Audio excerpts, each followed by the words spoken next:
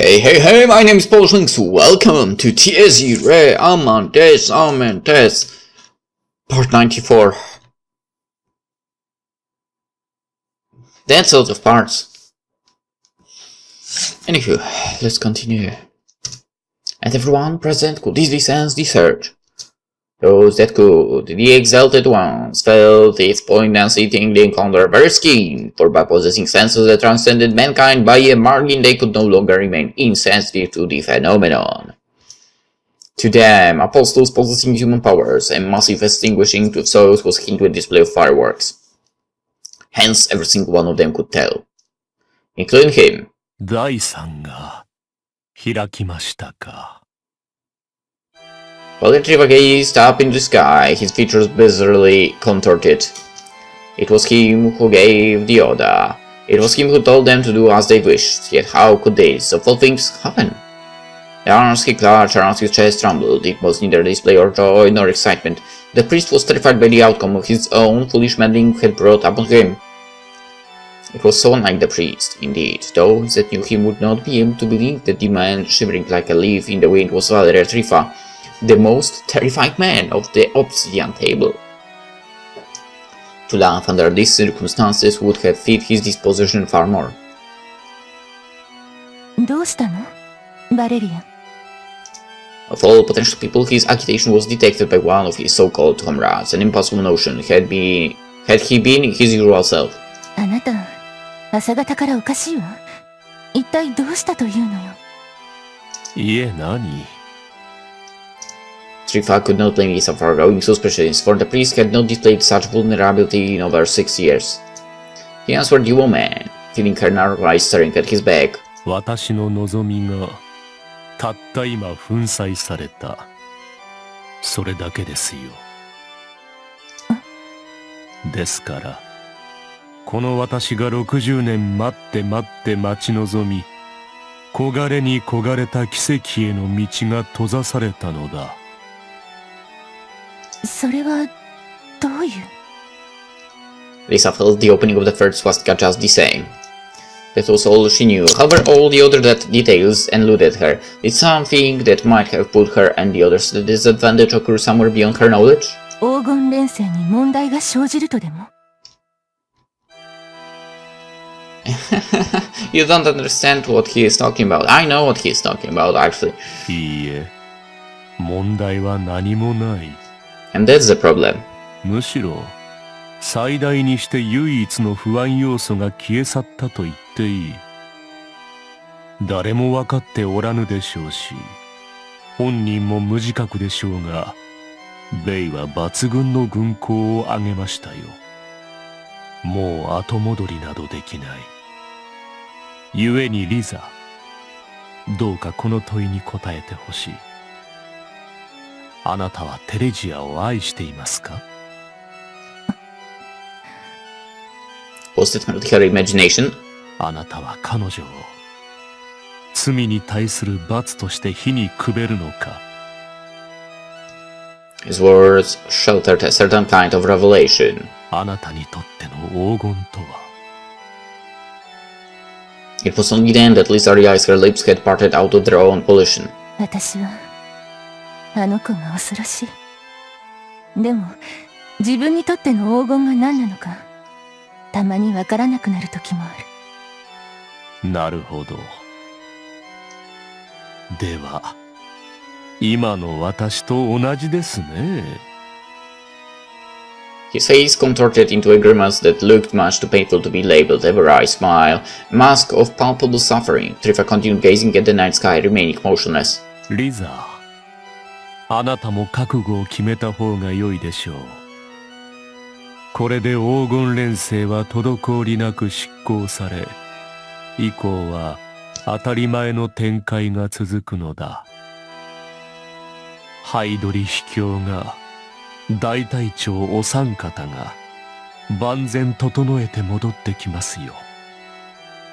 藤井さんにとっては最悪の流れだ。そう。Shouldn't they have been celebrating then?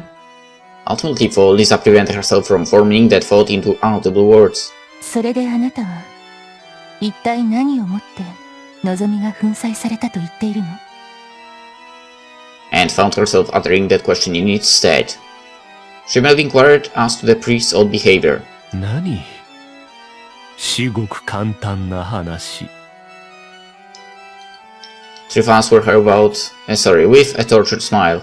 私は黄金の大公、クリストフ・ローエングリーン。故に主の影として、破壊の愛を示したまでだ。しかしおかしいですね。矛盾ですよ。逆心の己と中心の己。前者であろうとすればするほど生産杯は堅牢に、私と黄金を結びつけたが、後者の真似事をすればほれこのように、一瞬にして私と黄金がぶれ始めているのですよ。Hmm?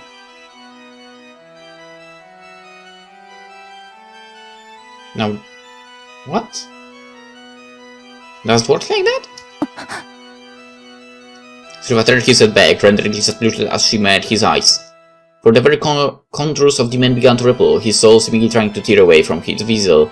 ああ、今になってようやくわかった。つまり私は、ただの道化だったということですね。いや、面白い。愉快じゃないですか、傑作だ。これはいよいよもって素晴らしい。テレジア、あなたに心よりの感謝を。Oh boy. 私は今、己が真実の愛をついに自覚することができたのだ。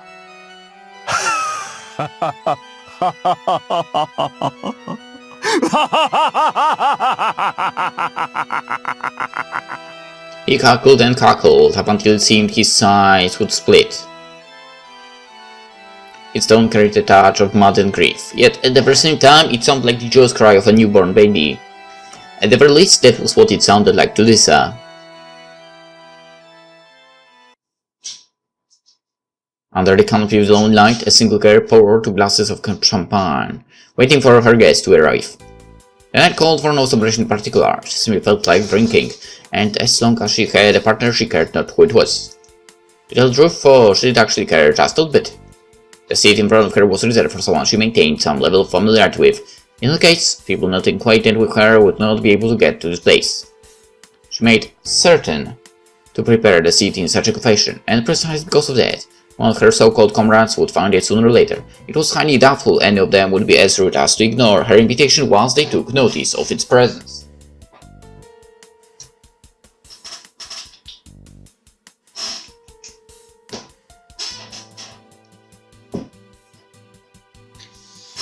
But who would be the chosen one to grace her with their presence? できれば男。いや、女同士もたまには。However, after a few moments of rumination, she decided that a man would be better after all. だってさ、ここって一応、あれ系でしょ？夜景がしびれるみたいなスポットじゃない？そんな場所で女同士はどうなのよと、私思うわけですよ。The location in question was atop the bridge, not in the middle of it, but at its side. Hardly a spot that allowed one to marvel at the panorama of the night sea. Still, she felt like the place, despite the somewhat inferior mood, had a superior atmosphere. After all, the sea front could get pretty windy at night, and she did not feel like constantly fighting her hair through the whole affair. だからほら、はよ来いっつーの。本名はレン君だけど、クリストフでも別にいいや。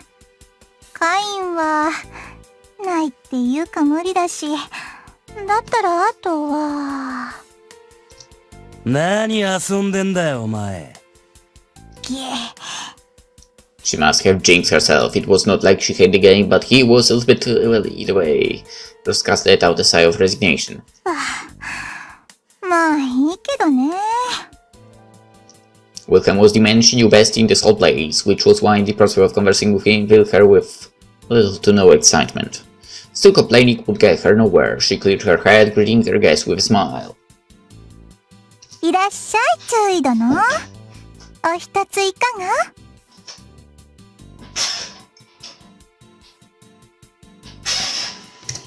Huh? Welcome regarded Rusalka with exasperation in his eyes. He felt something strange in the air, and as he came to expect it, found a way to doing strange things. No one could blame him for being momentarily taken aback. 何の祝いだよこりゃ。とりあえずは、あなたの栄誉にってことでいいんじゃない？三つ目、ものにしたんでしょ？ああ、それか。It hadn't been that long since the massacre at the bottomless pit and the opening of the first swastika. The deeds no doubt earned Wilhelm the golden blessing. Was Rusalka celebrating the success of her comrade? 一番乗りおめでとう。よかったじゃない？ほら。そりゃどうも。He chugged down the contents of the glass in a single gulp and threw it over his shoulder. It shattered as it hit the ground, making it clearly impossible for him to receive a second round. ありゃりゃ、まずかったかね。別に、ただ気分じゃねえな。それはどうして？さあね。There had been a faint smile on Wilhelm's lips, but it indeed seemed like he was in no mood to celebrate. Rusalka snugly glanced at him out of the corner of her eyes, and she refilled her own glass. 当てましょうか。あなた、満足してないんでしょ？まだ取るつもりなんでしょ、スワスチカ。残りは人数分しかないっていうのに。わかってるの？喧嘩になるわよ。お前よ。Wilhelm's tone grew stern. 俺にそれ言いたくて張ってたのかよ。バカ言わないで。そんなの所詮3分の1だし。来たのがあなたじゃなかったら別の人と別の話をしてたわよ。うぬぼれ屋さんね、注意殿は。はあ、そうかい。そりゃすまねえな。The situation did not explode with the issue in question smartly dodged, but certain tension still lingered in the air. Not fully satisfied with his previous fight, Wilhelm might as well have been looking for a new opponent to test his murder's techniques on. Nevertheless, Rusalka did not falter in the slightest. もしかしてまた邪魔が入るか逃げられるかした？あなたいつもそうだったものね。気合い入れて何かに臨めば決まってそう。同情してるわ。今回もそうだったわけ？さあな。だがすかされたような気分はあるぜ。俺、あのガキどもがいただろう。ああ、あの子たち？ Wilhelm was most likely speaking of Shira and Ellie, and indeed he gave Rusalka a note and continued. 一応はな、あいつら吸ったからそんなに不満でもねえんだよ。歯ごたえうんぬんでいや不服だが、やばけりゃまずいってもんでもねえだろ。狙った奴らはいたし殺した。だが足りねえ。なんで今夜、俺はもう一人とは会えなかった。偶然でしょ？ああ、偶然だ。けど俺は偶然ってやつが嫌いなんだよ。すかされた時はそう思わねえことにしてる。Wilhelm stormed the bottomless pit and massacred every single soul inside it, opening the third swastika. That was all well and good. Still, the prey he was after never showed up, and that irritated him to no end. One might say he could have waited for the young men to show up, but that was an empty argument. Wilhelm sensed it was fate that kept them apart tonight. 何が言うことはあるか、マレウス。てめえ小細工しやがったろ。またこの男は勘だけで物を言って。Although she made a face, Rusalka did not outright deny the other's claim. もしそうだったら、私、あなたに落とし前とかつけられちゃうのかしら？アホか、知ってるだろ。てめえはそそらねえよ。守備範囲外だ。ご老体はいい加減に落ち着きなって話だよ。ちゃちゃ入れんのも結構だがね。くだらん真似しやがるから、また一人落ちることが決まっちまったぞ。俺はあのガキと当たるまで引っ込まねえ。ってことは、レオンが落選？当面はあと2つだし、私に興味がないって言うならそうなるよね。お前があいつと競り合って負けりゃ話は別だな。そんな立ち回り絶対しないし。そりゃそうだろうよ。したら間抜けもいいところだ。With that, Vulcan proceeded to walk away. Rusalka had no idea where he might have been going, but he most likely had a secret lair or two in the area. He seemed to quite adamant on continuing to wage the war, and so it was unlikely he would care to return to the old base, where the substitute commander could possibly put a stop to him. After all, he was a weapon of mass destruction that would not return until it annihilated everything and everyone in its path.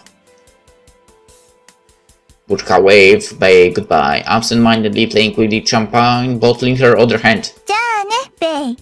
あなたが満足できたらまた飲みましょう。その時はもうちょっとだけ付き合ってよね。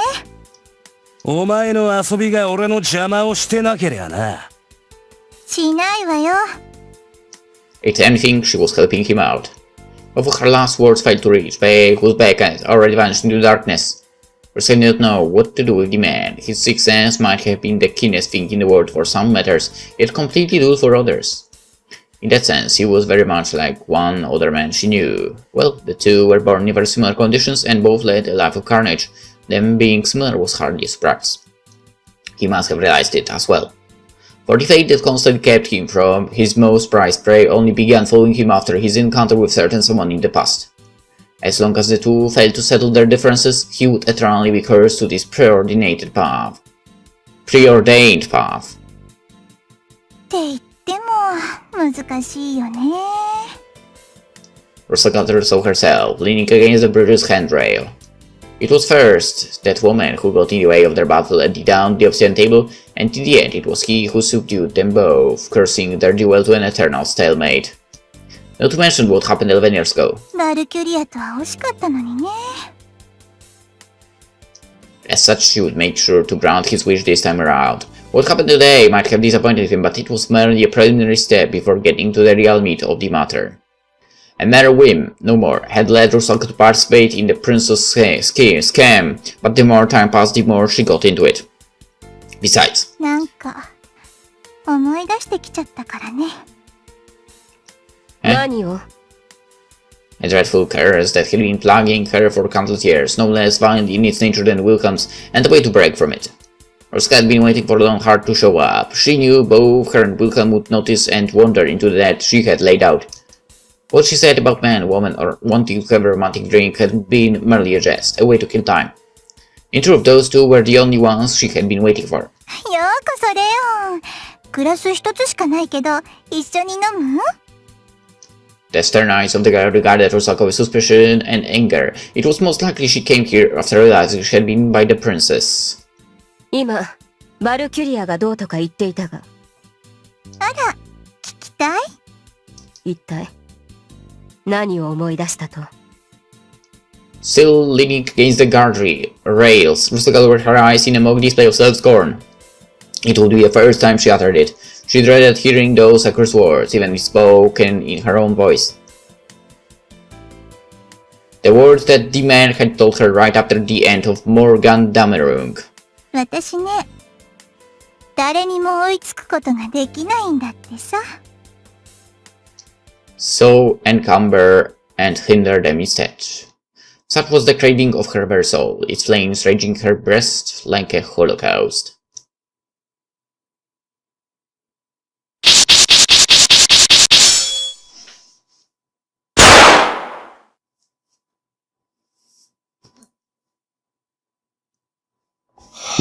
Okay. Memento Mori finished. Let's go with the next one then.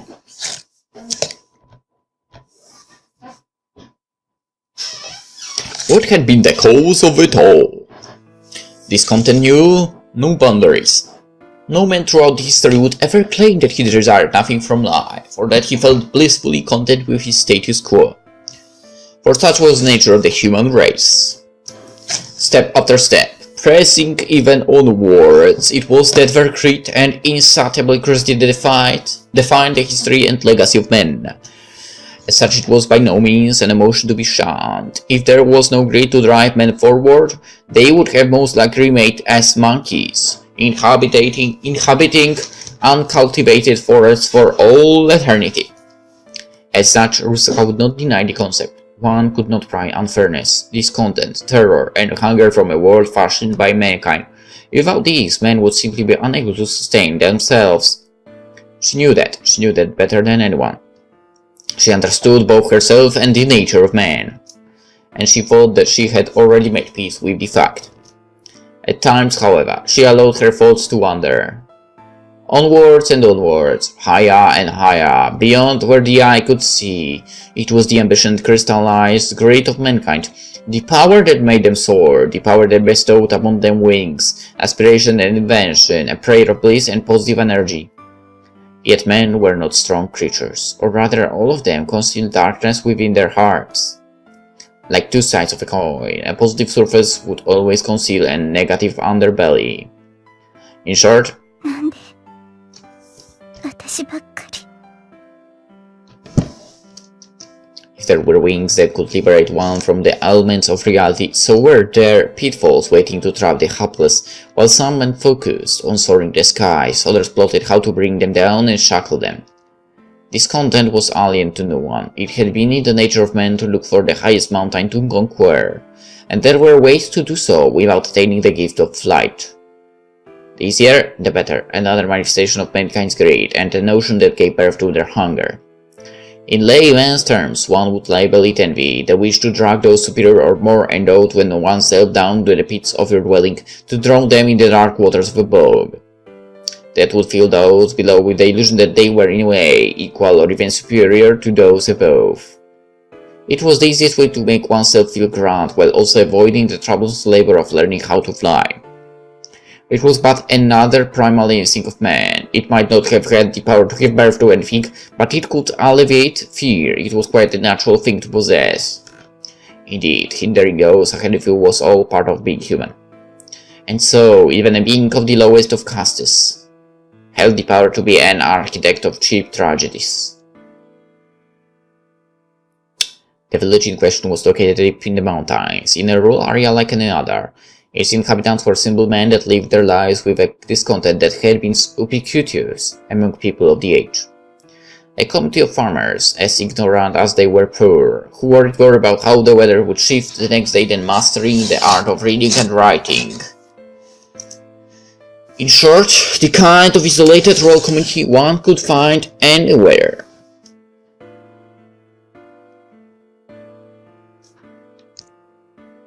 Maybe back in the past, yes. Now it would be hard.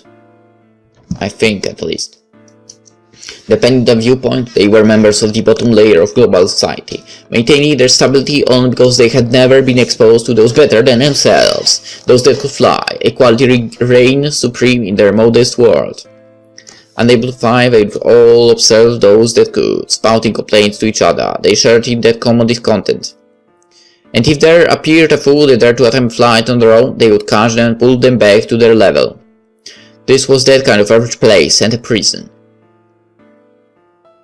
Who was at fault? What caused the problem? The men that were good at blaming other forces for their misfortunes. After all, it was always those without wings that found it easiest to place the blame on their surroundings.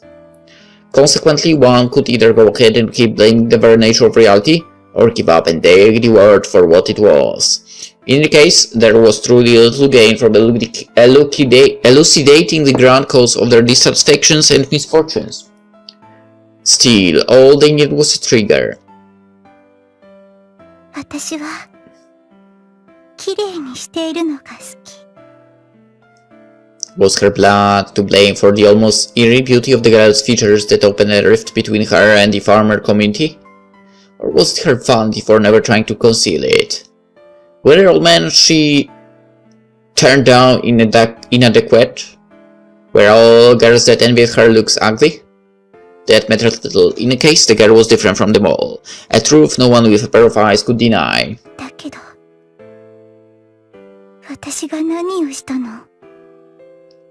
The girl was not of the conceited sort. She never looked down upon a single soul. She merely loved being beautiful and adored all that was pretty, idolizing the very concept of glamour.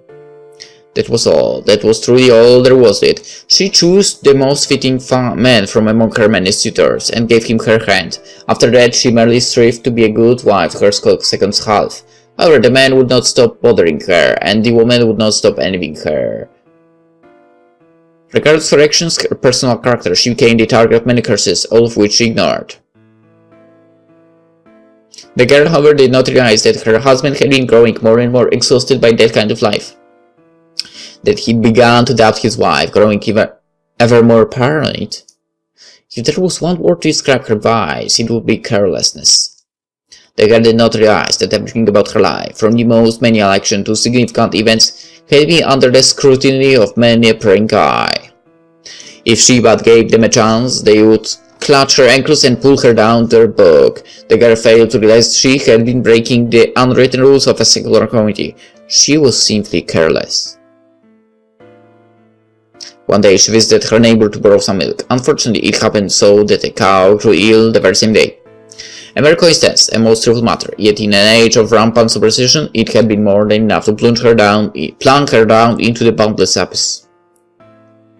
And so, turned by fervent zeal at all angles, the curtains opened on a witch trial. なんでどうして The faces of those women, contorted by joy, ended up permanently engraved in her mind. And the smiles of the men, twisted in the derisive, self-satisfied half moons, pierced her heart. And most of all, the face of the man she had pledged her life to. The face that used to whisper love in her ear with an amber smile had been relaxed in relief as it witnessed her peril, almost as if the great wave had been lifted from her husband's shoulders. It was precisely then that Anna Maria Schweglin finally understood the nature of the human soul. That was it. Obsequious, petty, dirty cowards. Mankind amounted little to more than that. In that case, what point was there in her preserving her own virtuousness? あるわけがない。そうあるわけがない。 There he goes! Mercurius. What awaited her after the arrest was but a farce. The man tore her clothes off with an excuse of searching for a mark of the witch, then raped her for the rest of the day. Oh shit. Ultimately, the wounds she sustained while being violated had been labeled as proof of her covenant with the Sabbatic god, Baphomet. What? She conveniently fit into a narrative of their making. Fucking bastards! Okay, Rusalka, I'm sorry about all I said about you. I wanna kick their asses now. 彼らは素直で実直だ。少なくとも数日前の君よりかは人生の何たるかをわきまえているのだろうよ。As she spent her last day before execution in dark cell, a man calling himself a priest came to visit and listen to her sins. He looked down upon the filthy, desperate, and rage-maddened witch. 今の君がそうであるように。He smiled at her, or at least she thought he did. 汚れた君は美しいよ、魔女殿。 Now that's bullshit. The tarnished state is no good at all. I seriously want those guys to have a very, very, very hard and long deaths. Yep.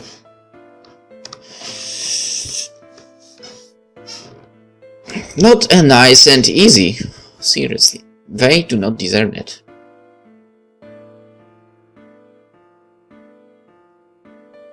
No, seriously. Hearing someone being raped triggers me a lot, and that's something I would freaking give a death sentence for, to be honest. But well, not that I'm the one to talk. Or if not death, then cutting off something from the one that raped. I think that would be a good thing to do. Anywho, it was almost as if she had been talking to a shadow behind the curtain. A curtain thicker than any she had seen. A wall so high and sturdy it exceeded what the human mind could conceive. The girl might have been overcome by the same sensation as an ant would have been if it tried and failed to make out the contours of men looming above it. A devil? An angel? No, that couldn't be. Yet what else? Unfazed by the girl's stupor, the shadow continued its speech. ただ思うままに不条たれ純潔など無双に過ぎぬ汚れよ。さすれば開かれん。世はいついかなる時も行動の選択により転換する。座り込み、守ったままでは何を知ることもなすこともできない。The man went on in a soliloquy, seemingly expecting neither an answer nor comprehension. He weaved words merely because he enjoyed the sound of his own voice. That trait was the only thing that engraved itself upon the girl's mind, remaining fresh in her memories. Indeed, for no man would attempt to maintain a conversation with an aunt. 何事にも分相というものがある。おでに生まれたことを自覚して、輝けるものをその沼に引きずり込むのを悪いとは思わない。人とはそういうものだろう。落ちた気分はどうかね、魔女殿。なかなかに心地よかろう。天の星もあれば、地の星もある。ならば君は知性として汚れの輝きをまとえばよい。横並び、手を取れとは言わん。他者の光を散奪し汚す。影の女王がそうだ。こうして一度落ちた以上、天の星にはなれぬからね。The girl could not understand what the man had been saying, nor was she trying to. One thing she realized, however, was that the strange shadow was trying to guide her away. That he was attempting to turn her blurry existence into something concrete. And that it was merely a whim on his part, as to gain for his own amusement. For incessant boredom tortured the man, and in the rarest of times he would descend upon the earth in hopes of abating it. Therefore, あなた、全員殺したわね。さて、ただおでがここに流れ込んではきているようだ。the girl could see blood dripping from the ceiling behind the shade, and understood that all men responsible for her torture had been plunged down the depths of hell ahead of her. Okay, Mercurius. For that I must say, I would do the same. The torturers, the executioner, even the clerics died with a hollow prayer on their lips. They all drowned in a pool of their own blood. And this was the very bottom of that book of defilement. どうされるね、魔女殿。The man's shadow flickered. この沼に沈んで終わるか。Would she choke on the blood filling her cell, and end her life as merely another wretched woman? それとも、 Her mind had already been made. 選択を迫ろう。君はどうする？私は Wallow in filth, and all doors shall be open to thee. No matter the era, a singular choice may shift the cosmos, shaking the world to its very foundations. 座り込み、守ったままでは何を知ることもなすこともできぬよ。True. Indeed, the man was right. The girl did not wish to drown, yet neither could she fly. Her wings had been plucked. Hence she wished to become a queen of shadows, a star that crawled up on the ground, the master of her accursed book of defilement. Never again would she treat humans as equals. 私は引きずり下ろしてやりたい。That was exactly the fate she suffered, and so she would return the favor in kind. All men and women, without exception, would meet her hand at her hands. 私は綺麗なものが好きだから。She wished to seize the sparkling stars and tear them down from the sky. She wished for all that shine to sink into the depths of her swamp. 頂上。 After all, a shade now stood before her eyes, a being at the very top, no doubt. One day she would. あなたみたいになりたい。What? Seriously? She wished to plunge the man beneath her feet. Amused by her rebellion, the shadow made a smile. では、この縁が無理とならぬよう私も祈ろう。良き旅を送られい、水底の魔女殿。私を核と捉えられるものはそう多くない。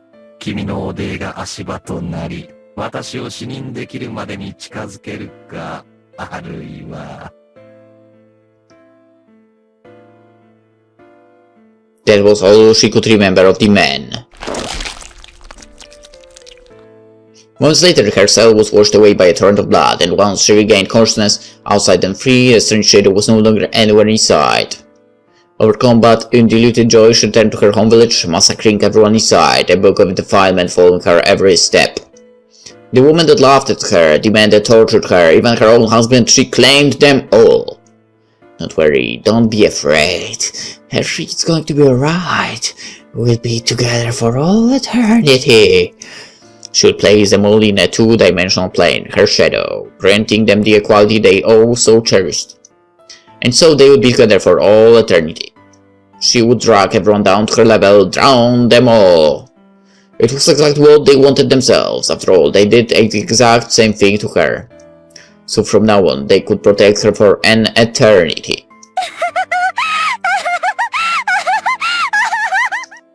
This was a story from 230 years ago. It was sorcery that the self-proclaimed priest endowed her with. It took her 50 years to figure out the intricacies and logic of her powers.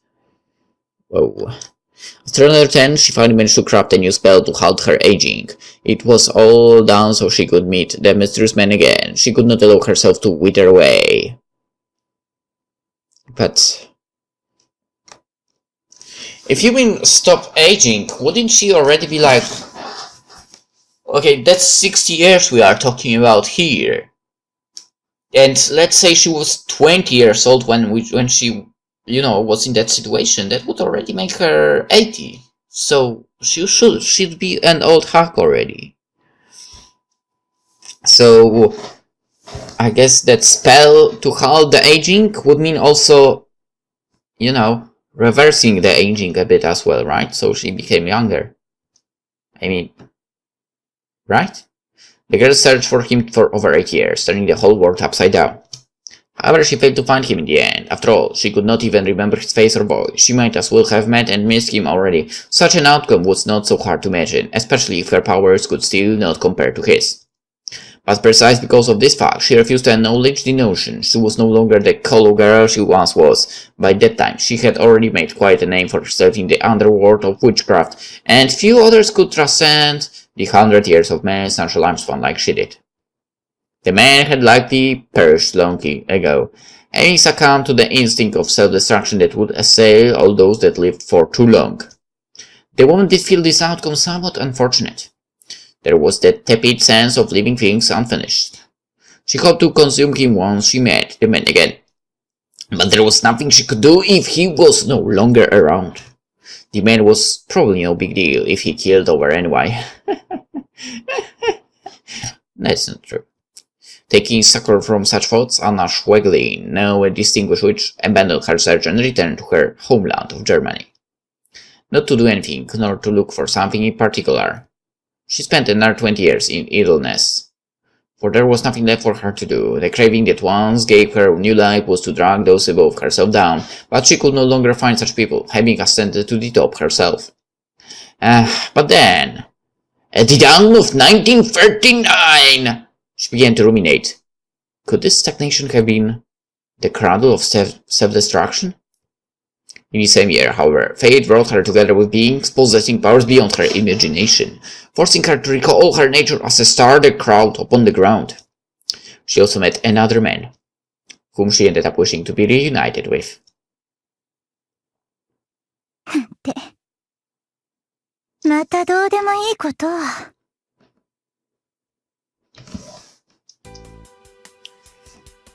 Rusalka Schweglin made a self-depreciating smile and cut her thoughts short. After all, she was hardly fond of long-winded introspection. She would rather enjoy the present, doing whatever she wished and not thinking too deep about anything. それでいいじゃない。She merely wished to drag others down, to drown them in her boat. She merely acted out her role, the witch of the bottom of the lake. だからまあ、ちゃっちゃと終わらせますか。Rusalka stood on the roof of the hospital, her shadow the book of defilement stretching across it. She would use it to swallow and kill everyone in a heartbeat, very much like on the day she first gained the power. The simplicity of the operation made her young, but that should have proved more than enough to open the fourth swastika. She also knew that no one would get in her way tonight. After all, she made certain it would not happen. ごめんね、テレジアちゃん。でも私、別に何でもあなたの都合がいいようにしてあげるなんて言ってないよね。Rusalka uttered a mock apology and... だけど、これだけは確約するわ。今夜、黒煙卓のほぼ全員が What? 溺れ死ぬ。What? 残存6名。私の総取りになるはずよ。Is that so? The festering bulk of defilements, not erupted from its across depths, swallowing everything that had once been the hospital. Okay, so yes, chapter 9. Non omnia possumus omnes. We know the title of it, so let's end the episode, and in next one we shall actually go with this chapter after its name was revealed. For now, hope you enjoyed, and see you tomorrow. Bye bye.